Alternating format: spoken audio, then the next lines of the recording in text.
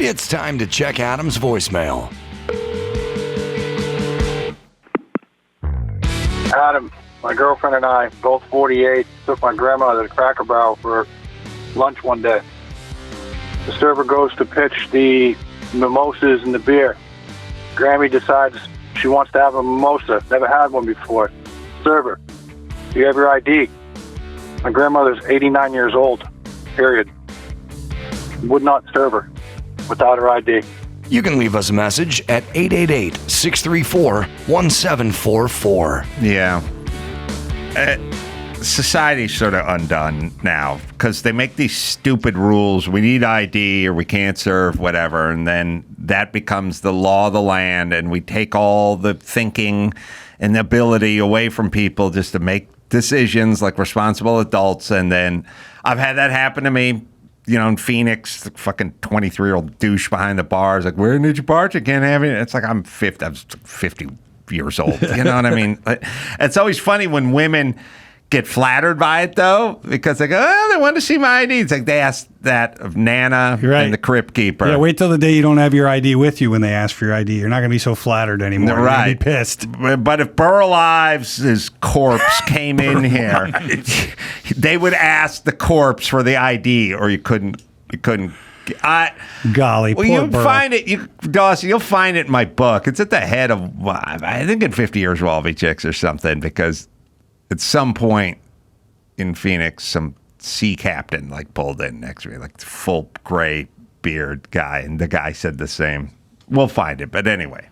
Oh, it's wait, actually you got on the inside jacket. It's on the inside jacket. So. A couple years back, I was at the Phoenix airport bar. It was empty except for one heavy-set, gray-bearded, grizzled guy who looked like he just rode his donkey into town after a long day of panning for silver up in them thar hills. He ordered a Jack Daniels straight up, and that's when I overheard the young guy with the earring behind the bar asking him if he had ID. At first, the old sea captain just laughed, but the guy with the twinkle in his ear asked again. At this point, it became apparent that he was serious. Dan Haggerty's dad fired back. You gotta be kidding me, son. The bartender replied, new policy. Everyone has to show their ID. Then I watched Burl Ives reluctantly reach into his dungarees and pull out his military identification card from World War II. People think this is progress. This is not being fucking stupid is not progress. That's what I want to say. All right, thank you. Go ahead. We'll do some news, Joe. After the shock of being asked for his ID yesterday, Donald Sutherland dead at 88. Oh. Breaking news this morning. Man. Donald Sutherland. You guys want to smoke some pot? Yeah. Animal House. Yeah, he was great. He was so great. many movies. Though I hadn't seen him around in a little while. Wonder how Kiefer's doing.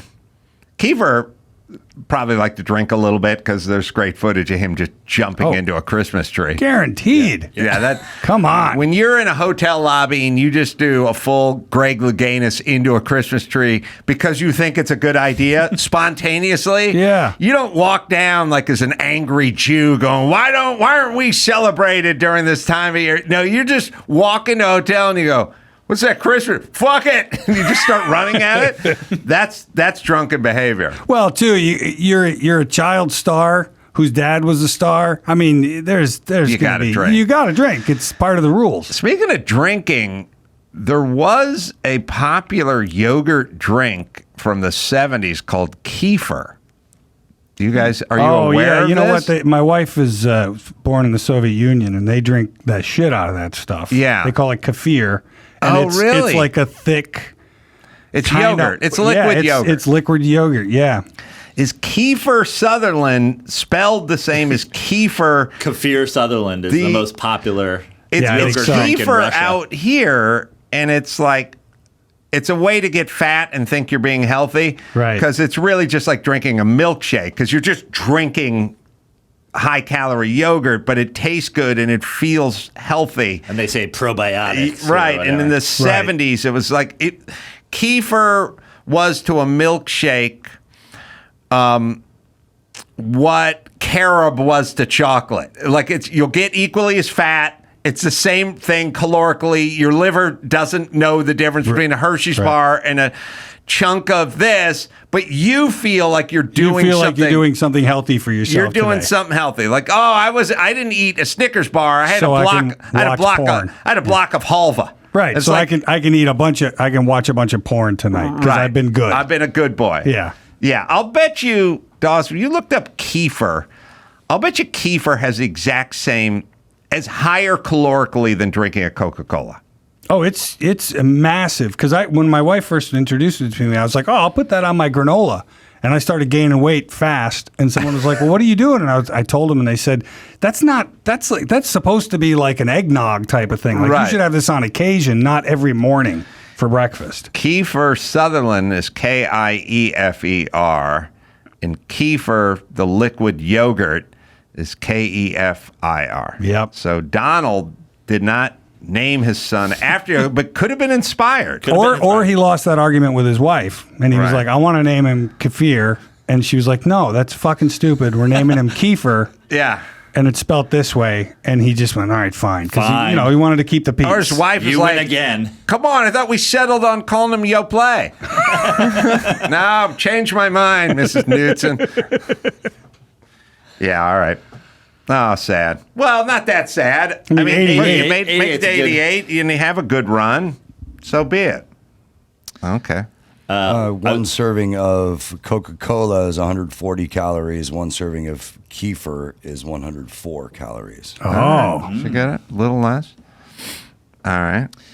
I was very impressed when, Dan, you said you sold your record collection or part of your record collection for $3,000. Wait, what flavor kefir did you do? Not only that, what is the serving size? Is it both 12 ounces? Yeah, see the serving. I'll bet you the serving size of kefir is 6 to 8. You're gonna Google me right, Dawson. I know you try, but it's not gonna work. It's got to be 12 ounces of kefir.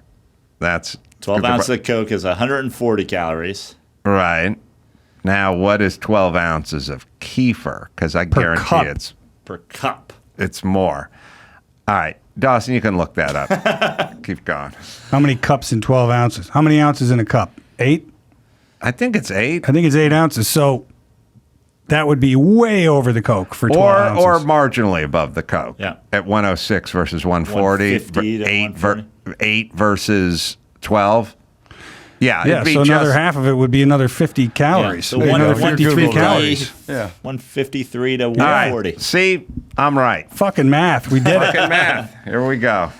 Anyway, Queen has come over the top of your $3,000 record collection. They have sold their catalog to Sony for over $1 billion. Oh, so they weren't previously sold because they've been playing the shit out of Queen everywhere all the time. And, Queen was big in the 70s, sort of kind of limped into the 80s, sort of stopped at the 90s, and then just sort of went away with the exception of like when a team would win a championship or occasionally Wayne's World would bring back Bohemian Rhapsody or something like that. But it was kind of few and far between, and now it's ubiquitous. It's everywhere. The rights used to belong to Disney.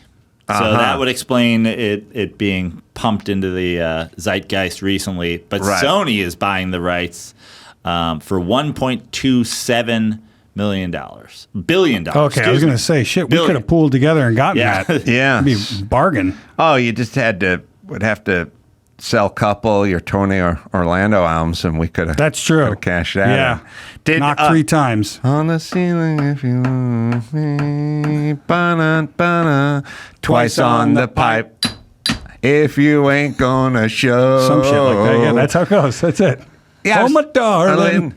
Bum, bum. Yeah, I was talking about this the other day on the show. Tony Orlando's 2 biggest hits. It's like I can almost hear it. But Tony Orlando's two biggest hits were like weird, obscure signal songs, like "Tie a Yellow Ribbon." He wasn't very verbal. Like he didn't say to someone, "Hey, let's talk, honey. I'm getting out of prison now. If I can hang out, then just open the front door. Put a yellow I'll be ribbon there." up. Yeah. He had that, and he couldn't tell his downstairs neighbor, "Hey, if you want some sex, then I'll just call you." He had everything was there was a signal for him. That's it. 3 times. Looking 3 back, times. his family's like, was Grandpa on the spectrum? Yeah, It's all- 'cause he couldn't. It's taps and whistles. He and couldn't flags. call his neighbor and ask for a blowjob. And his two background singers just gave him one name. But fuck it, we're gonna call you Dawn because I can't remember how to pronounce Alicia. So fuck it, it's Dawn. You know, there is precedent for this. Yeah. I never thought about this, but there was a variety show with Jeff Altman called Pink Lady and Jeff. And Pink Lady was two Japanese pop stars. Oh wow. But it was not called Pink Ladies and Jeff. It was called Pink Lady and Jeff, but Pink Lady was two people. So maybe this whole weird pronoun thing with they, like I call my daughter wants to be called they, maybe these people were ahead of the curve. That's what it is. With yeah. all this stuff. So Dawn, Tony and Lando in Dawn was two chicks named Dawn or something, but not plural. Yeah. Or And- he's referring to them as morning.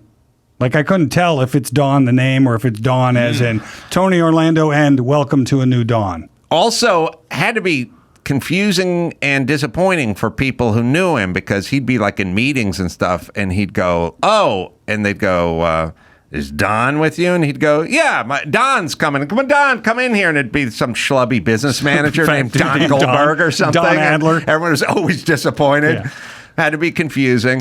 So Pink Lady was two and Don was two, but not Pink Ladies and Dons. Right. Well, it's like Jethro Tull is a band, not a person. But Uh-huh. Yeah, Leonard Skinner. yeah. Yeah. That was a person, but who was It the was dude a they named person. it after? But yeah. Spelled differently. Yes, for sure. We could probably get high and look at your collection We could later spend on. all day looking at that collection. I'll promise you, there's some good stuff in there. The established Pink Lady act was so fixed in unison that they performed as one entity, so the two were not comfortable having separate stage personalities. This is the craziest variety show ever. It's Jeff Altman, who's never funny. He's never funny. He's the guy who you would see on Letterman back in the day going, oh, big beefy butt steaks. My dad would come in here and you kind of go, why is he on Letterman all the time? And the answer is he was a friend from the Comedy Store back in the day. He was like 19, wildly unfunny, and two women who spoke no English. And they're going, we're doing a variety show. This is in the 70s, I'm guessing. Yeah, and then everything. Okay, when you can't understand something, okay, when you're confused, Right. here's the way to solve every riddle. It can be. Here's the way it can be solved. You ready? Black, gay, or Coke. So meaning if you're sitting around one day and you're just watching daytime TV and a commercial comes on to lease you car rims and you go, who the fuck would lease car? How's this a business? You can't lease. There's no business model in leasing. Black, it'll work, right? And then if somebody says, like if you talk to someone and you go, wait a minute, you're selling a Charlie's Angels lunchbox on eBay for $4 and people are coming to your house and looking at for $4. What kind of business is it's a gay thing. It's a gay hookup thing. And then when you go, how did this variety show ever get on the air in 1970? Like who greenlit this thing? This is the worst thing. Coke. That's it. I'm telling you, gay, black, and Coke will solve all of life's mysteries. Whenever you go, why would this? It's the modern day riddle of the Sphinx, is what it is. It'll work. got You the use those solution. three. It'll clear up a lot of questions. I'm just running through my head of like, what are the Adam shows I watch? And I go, Carolla's yeah, that newest one, game that's show Coke. sensation. Is it black, gay, or Coke? Yeah, it'll solve a problem. So this show ran for like 4 episodes or something. Was the worst ever. How could it not be? You had to literally. Jeff Altman's like our age, and he was. This is 1979. He was at a TV show. Like he's the white Byron Allen. Yeah. But I mean, how old was Jeff Altman when he did this? And the reason you don't really know who Jeff Altman is because he was never funny. He was just never funny. I don't know why they thought This is a prime time. This is when there are 3 networks where Right. the viewership was 36 million people. Just pluck this guy up and just go, here you go. Hey, meet 2 women from Japan who speak no English. Get some chemistry going. Let's do some sketches. That's Coke for sure. Mm-hmm. Although there might be a little gay in there too. Yeah, a little gay. Yeah. 6 episodes, Sid and Marty Krofft. Oh, that'll do it. Sid and Yeah. Marty Krofft. That's Coke all over it. Acid. Can you add acid to the list? Yes. We'll add acid. All right. Jerry Seinfeld had a heckler at his show in Australia yelling out pro-Palestine from the river to the sea. Palestine will be free. Jerry Good. Seinfeld roasted the anti-Israel heckler. He solved the Middle East, is what Jerry kept saying from stage. Jerry delivered a lengthy roast against the protester before he was removed from the show, and I believe we have a clip of this. That's what you have to do. You have to roast them. I didn't know this was in Australia. All right. We have a genius, ladies and gentlemen. He solved the Middle East. He solved this. It's the Jewish comedians. That's what we have to get. They're the ones doing everything. Yeah, go ahead, keep going. They're going to start punching you in about 3 seconds. So I would try and get all of your genius out so we can all learn from you. It's a comedy show, you morons. Get out of here.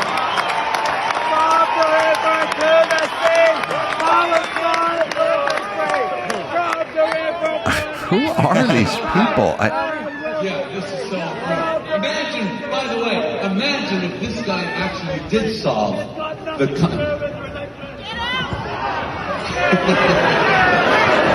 Yes, so you're really influencing everyone here. We're all on your side now because you have made your point so well and in the right venue. You come to the right place for a political conversation. Did you? I've said this twice a year. When you were a child, did you envision adults being how they are now? No, God, no. Well, they weren't that way. Oh, maybe they weren't. You're right. I don't think they were. That's the age-old question. Were they always that way, or is this No, I think it changed. But I want to say this, like, oh God, Jerry Seinfeld already. For me, I look at that clip and I think, boy, Jerry is really shitting his pants. He didn't handle that great, I don't think. I think he was sweating his fucking balls off, going, oh fuck, what do I do? And you go, I don't know, Jerry. He's been bitching about not being allowed to be funny for decades. Now I've got a friend who's a stand-up who does big fucking shows like that, and he still delivers. Who is he? Jim Jeffries. Because we did a show together. Yeah, you know Jim. Sure. And I have watched Jim from Australia'd be a home gig for him. Yeah, exactly. 10 or 11 years ago, we did that show, and I've watched his act evolve throughout the years as his points of view and whatever, right, have evolved. I've never heard Jim once go, well, they won't let me be funny anymore. Shut the fuck up. You're still allowed to be funny. Just actually be funny. That's the thing I think Jerry's missing is he's not that funny anymore. And it's not that he didn't create the greatest fucking television show in the history of the world, in my opinion. Pink Lady and Jeff. Sorry. Pink Lady and Jeff. Yeah. Yes. Listen, it was his Coke. Shit about Jeff Altman, but I don't know if I'm comfortable with you talking about. Don't talk shit about Jerry. He'll come after us. So I'm kind of. I'll straddle the fence here. Sure. Well, you've stood there. I've never stood in that spot in front of an audience, doing my routine. Here's what I will say. The comedians that go can't be funny anymore because the PC police, nonsense. You can say whatever you want. Yeah. But there still is a PC culture, and it affects probably working. It doesn't really affect stand-up, but it would affect if you had a Dave Chappelle and it did Netflix, and then they protest against the Netflix special or something. There's some of that. So I feel like everyone is correct, but Seinfeld shouldn't work the angle of not allowed to do comedy anymore. After decades of being allowed to do anything and everything he's wanted, including doing nothing or riding around in a car talking to his friends or whatever. You know, But no shade whatsoever. I like older, angrier Seinfeld. But remember when George Carlin got older and angrier? Yeah. I thought he was still funny. Yeah. Like I still thought he was fun because George was funny, just Yeah. a funny person anyway, just across the board. I feel like Jerry's very serious. Yeah. You know, and that's okay. I mean, I worked Well- on the Daily Show, and Jon Stewart was very fucking serious. you know? Jon Stewart is by nature a extremely serious person. Yeah, I would agree. Ultra serious. And I'm not, and I think that probably led to me not having such a great experience there. But I shouldn't defend Seinfeld because he mocked me. there you Out go. my See, mind, I'm on. 35. Let's Also, fucking mock him. the headline, Jerry roasts, like you Yeah, said, that wasn't a wasn't roast. the greatest That wasn't a response. roast. It certainly wasn't the worst response to a heckler, which of course goes to his castmate on Seinfeld, Kramer. That's the worst. Yeah, that's. Jerry's like, rough. I Let's can't, not don't watch that be video. that bad. Don't watch that video. Anything above that. Yeah, I got a big laugh of. Okay, Byron, put the Sound of Hope. Was that we saw it? Was the Sound of Hope? I gotta get Sound of Freedom, Sound of Hope. A Sound of Possible Hope, yeah. Sound of Hope. Oh, well, you know it. Yeah. Anyway, I told Mike August. I think I told you too. We watched the whole. It's an all-black movie about a real story about a black preacher and his wife, and they adopt thousands. I just saw this poster. They adopt 1,000 black kids, and it's really good and it's powerful. It is. I think it's a movie that has a cast of 151 black people and one white chick in it. And after the show, and we'll play it for you guys at a later date, but I was going to go up on stage and sit with the cast and be a moderator, and get up and moderate the cast and take questions and interview the director and all that stuff. And so as the movie was winding down, Mike August and I were in the Irvine Improv watching it in a booth, and I just leaned over and I said, I'm going to have Michael Richards do about 10 minutes, and then I'm going to come out there afterward. And he laughed out loud that it was a touching part of the movie. And Mike's like, that kid giving up for adoption. Mike's like, yeah. That's fantastic. All right, sorry. Where were we? We have Elon Musk. Says 2 homicidal maniacs have tried to assassinate him. Elon Musk doesn't want to end up like John Lennon, and he's paranoid one of his fans will try to kill him, just like this slain Beatles singer. Yeah. Tesla honcho opened up at a recent shareholder meeting about precautions he's needed to take since his notoriety has skyrocketed in recent years. And he claims that at least 2 homicidal maniacs have already attempted to take his life. That makes sense to me. I have, in terms of adults, and like we were talking about, there's adults I need and then adults I don't need. And, I'll be even-handed and say many of them are in my family. The ones I don't actually need. Don't these need people. them. Don't need them. Just saddled with them. We're saddled with them, but don't need them. And then there's like Mayor London Breed, who wants to quiz people on trannies before the debate, and don't need her. She's not going to solve any problems. She's not going to get us to colonize Mars. She's not going to get us a tunnel under the Sepulveda Pass so we can hop in our Hyperloop and whatever. I need Elon Musk. I do not need the ladies from The Squad, and I don't need the ladies from The View, and I don't need any politician in Los Angeles. Like, I don't need any of these people, but I kind of need Elon. And I also like the idea that they declared war on the guy who's solving all of the Earth's problems. But I need this guy, so I want him protected. What is it you need him for, though? I need him. Because you don't drive an electric vehicle, do you? I have an electric You do? vehicle. Okay.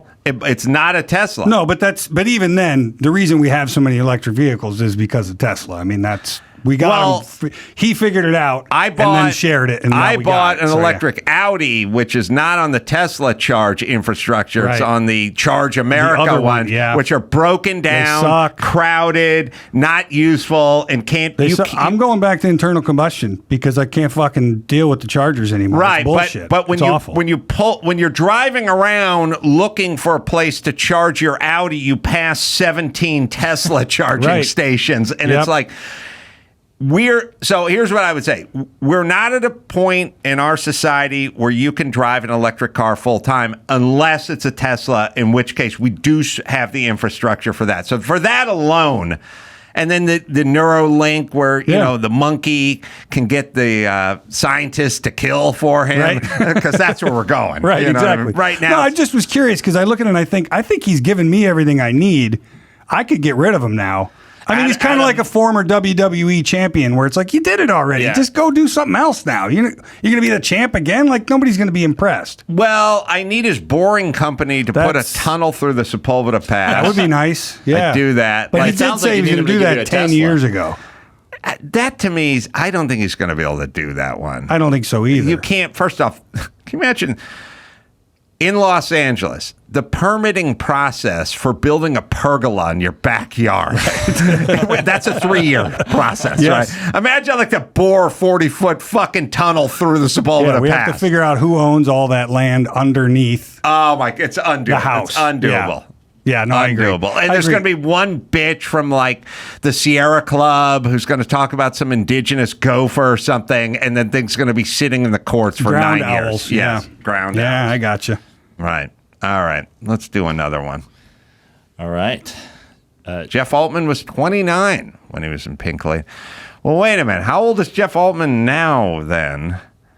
He's got to be 74, 3 or 2? Oh, he's 72 now, huh? Do you guys remember him? No. That picture looks familiar. Like, I feel like I saw plenty of him, like you said, like on Letterman and things like that. Like, he's one of those guys that would pop up and you go, what's this guy doing here again? Well, get a clip of Altman from Letterman back in the day. His whole thing, his thing was big beefy butt steaks, which you could back in the day you could be a comedian, you could have a thing. You know, Yep. just the thing you said, you know, and you could get by. It was kind of a, you know, latter day get her done. You know, Yeah, you just I don't had get no respect. Right. And you could do that. You don't have to call me Johnny. You can call me Ray, or you can call me Ray J, but don't call me Johnny. And it was like they just do their pattern. It was like a pattern of rap. And he did this thing where he'd play his dad and he'd kind of pull his pants up high, kind of Chris Farley, like in a van down by the river kind of move, like dad hiking his pants up. And he's like, and these big beefy butt steaks. And I remember being like 19, like home watching Letterman going, what? And then I was like, why is he on Letterman twice a year? And it's an old Comedy Store thing, you know? Sorry. We'll play it. I'll see if we can figure it out. I'm real good. Nice to have you here. You look Oh terrific. boy, I'm so good. What's the matter? Do you see a little fly or a parakeet in my nose right now? There's nothing. Sit down. There's nothing. There's a bat! There's a big bat in my nose! There's not a no. Just sit down. There's nothing in your nose. Sure A small pair of pliers. There's a perhaps. pliers in No, there, there's huh? no pliers. Yeah. How are you? You look good. You look like you just had a meal. Just had a big meal, Dave. What and do you it was, have? It was when you go out, what do you have? Oh, a butt steak. I'll have a 20-pound butt steak. Just no garnish, no fries, just a 22-pound butt steak. Yeah. And Yep, a butt steak. this is the end of the cow. yeah, I see. You're not talking about a flank steak that a guy would roll up or anything, are you? Flank. Yeah. What it would be like? It's a butt steak. All right. A big butt steak. All right, do you guys know what's going on comedically? No, but I mean, when he goes right to Hold the on. camera- Did I exaggerate? No, you didn't exactly. This is like a dress rehearsal for a Robin Williams appearance on Letterman, is what it is. If Jim Carrey was doing it, it's like this guy is like the child of those two guys. They twisting his face this way. There's no real sense behind anything he's saying. It's non sequitur bullshit. Maybe we should play a little more. We're all going to go home and I'm watch a kind of curious, lot. like why? As far as gay, black, and Coke goes, he gave it away when the first thing he said, "Is there anything in my nose?" Well, that's a good Yeah. point. Just want a 22-pound butt steak. Do you see a hamburger on the fillet in my nose? See, there's the Robin Williams. Please, Now here have a comes seat. the Jim. He's going to Yeah. screw up his face So you for had a pretty good little Jim meal. Carrey action. Oh, great. Yeah, yeah. Delicious. Yeah. But can we get serious for a second? Whatever you want. Okay. There's the Jim Carrey. All right. I had something very, very strange happen. I heard about this, and I don't believe this is true. Well, it is. If I could just take a second to tell you about it. I'm sure folks here have had somebody come to their door you didn't want, somebody menacing, horrible. A solicitor or something? This was the worst thing that ever happened to me in my life. I'm getting ready to take a shower. I got a towel around my waist. Knock on the door. I open the door. I live out in San Fernando Valley. I crack the door like this. I'm looking at a guy dressed up completely like Santa Claus. What time of year was this? This was 2 days ago. Oh. So I said, "What do you want?" He goes, I have a promotional copy of my album. Here's my album." I said, "I don't want your." He pulls it out of a sack. I said, "I don't want your." He says, "Oh yeah, it's me and my monkey." The guy's dressed up like, so I think to myself, I don't want it. I start closing the door, and as I do, he puts the album over his head, and like automatically, his fly unzips, and a small gibbon crawls out. Small monkey. A gibbon. A gibbon. A baby gibbon. It's not like a butt steak, is it? Not a butt steak. Not like a butt steak. Is there a part on a gibbon that could be identified as a butt steak? Well, you can have a gibbon steak. Yeah. But literally crawls out, and I'm terrified. I feel the guy, and the guy's monkey climbs right out of his pants. And I said, "Sir, this is true. I swear to God, this is true. I swear to God, this is true." I said, "Get him out of my house now." He's in the monkey is in your house. No, the man in the Santa Claus is standing there, and he looks in my face and goes just like this. Meow. Meow. All right. I've got we can stop. Does anyone know what's going on? This is fucking Letterman. This is like the biggest comedic showcase of the era. You've done these shows, so you know there's a pre-interview where it's like, here's what you're going to talk about and shit. Here, you be the interviewer for Letterman, all right? I've done the Letterman twice, but go ahead. You be the pre-interviewer. The pre-interview. Do you got are there any interesting stories that you might want to share? I got a butt steak. Okay, well, we're not going to do the butt steak thing because it's a little weird. What about a big beefy butt steak? But Dave specifically said he doesn't want you doing the butt steak. Dave's got a butt steak. All right, we're just going to go ahead with I this got a butt steak gibbon thing. crumb. We'll just have to cut it out. We'll just have to cut Is there a butt steak in my nose? Precisely. Jesus Christ. He's like the unfunny Larry Miller. He's got a Larry Miller thing going on, too. He's the unfunny Larry Miller. I love Larry Miller. I remember watching this when I was like 20 going, I don't know anything about comedy. Like, I'm cleaning carpets for a living. I've never been on stage, but I do know what I like and what I don't like. And I don't know what it's not that. It was that, and I don't know what this is. I didn't know why. Well, like I said, that's he's almost doing panel too. Chapter and verse of a Robin Williams appearance on Letterman, where it's like, please welcome Robin Williams, and he comes like, and then he climbs the stairs and he comes down and he sits down and he drinks Dave's coffee, and Dave goes, all right, stop it. And then he finally settles down, talks about Shakes the Clown or whatever the fuck. No, that would be Bobcat. But Robin Williams is good friends with Bobcat. Well. And so your connection. That's why I got them mixed up in my head. That's why I got them mixed up. Also, I idolized both of them when I was a teenager. Like, I'm going to be one of these guys. This is where it's at. Are we Letterman or Bobcat or Bobcat and Robin? Those were the two that I was like, oh fuck, I loved them. I was the perfect age for it. It was like every movie. One Crazy Summer. There's that guy doing that weird voice. Yeah, Bobcat's a friend. Known him since Kevin and Bean days, 90s. He used to come in all the time. It's a good dude. He's a good director. I mean, directed. I think his movies are great. The films that he directed are great. We used to get him to direct a lot of man show bits. Yeah, back in the day. I remember a few, but I don't remember all the Bobcat bits. But that was fun. So Jimmy and I were friends with him sort of back when we were peons and nobody's at the radio station, and Bob would come in as kind of the big star, but he liked us, and we'd hung out a little, and then later on we got a TV show, and then we hired him to direct bits for us. One day I'll figure out the Bobcat bits from the Man Show, because he must have done a dozen of them. Do you know they're well done? The theory, Bobcat directed Robin Williams, and I think it was World's Greatest Dad. World's Greatest Dad, yeah. And really good movie. There's a scene where he autoerotic asphyxiation. With the butt steak. Yeah, the butt steak. There's a theory that Robin didn't actually commit suicide and that he was doing the belt, the jerking off with the belt thing. Oh, really? Yeah. Well, he had, I don't know, Lewy body dementia or something. He had a horrible disease. Yeah. So, anybody who dies of... If somebody kills themselves, when their body is riddled with a horrible disease, I don't really count it as a suicide.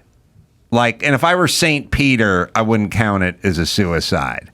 I'd be like, you were going to drown in your own saliva like 2 months from now, so you went out on your own terms, if that's what happened. You got a terminal diagnosis, so you ate a handful of pills, I'll give you a pass. If you're St. Peter. Yeah, if I'm an imaginary fucking angel sitting at the gates of heaven that doesn't exist. You got to watch the language if you're going to be an angel. Yeah, I'm not going to be an angel. St. Peter doing the pre-interview for heaven. Yeah, exactly.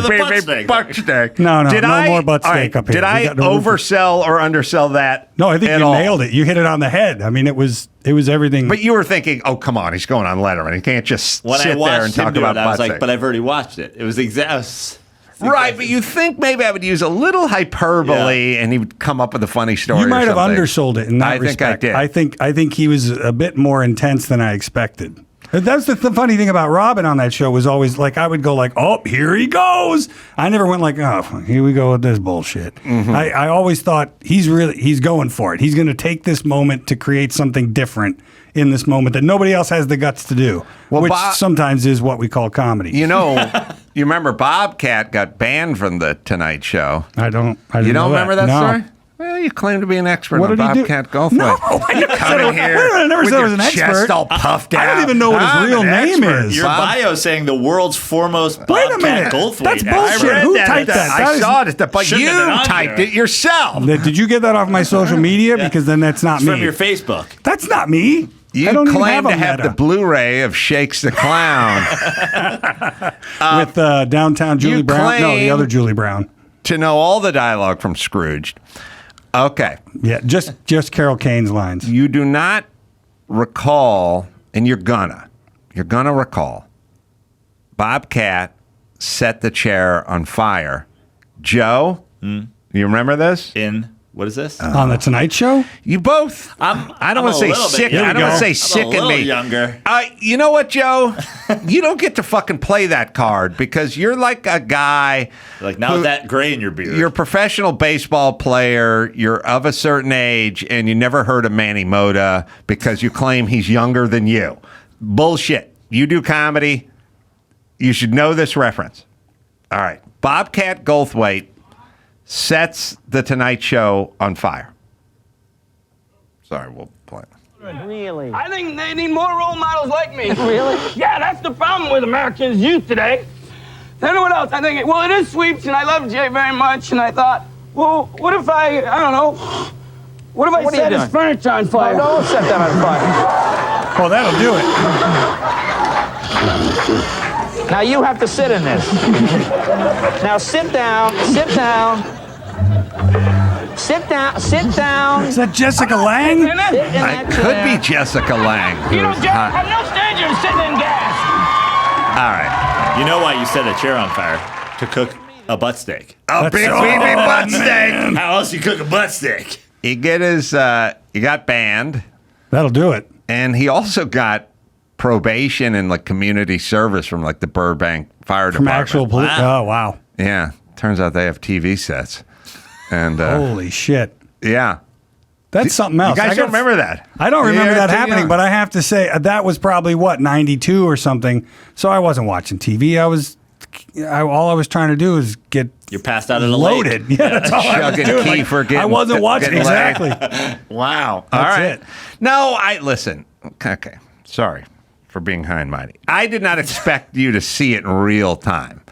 I don't think I watched it in real time. It's just it made the rounds. Did you hear what Bobcat Goldthwait did last night was a thing? Like, I wasn't there when Justin Timberlake got his DUI, but I'm aware of it. I got you. Yeah. It made the rounds. I don't remember it. You didn't watch it the next day on social media. No, I didn't. No. 1994. I was close. Yeah. So it was after his big, huge explosion of being in all the comedy films. He's probably desperate, trying like hell to become relevant again. So I know what I'll do.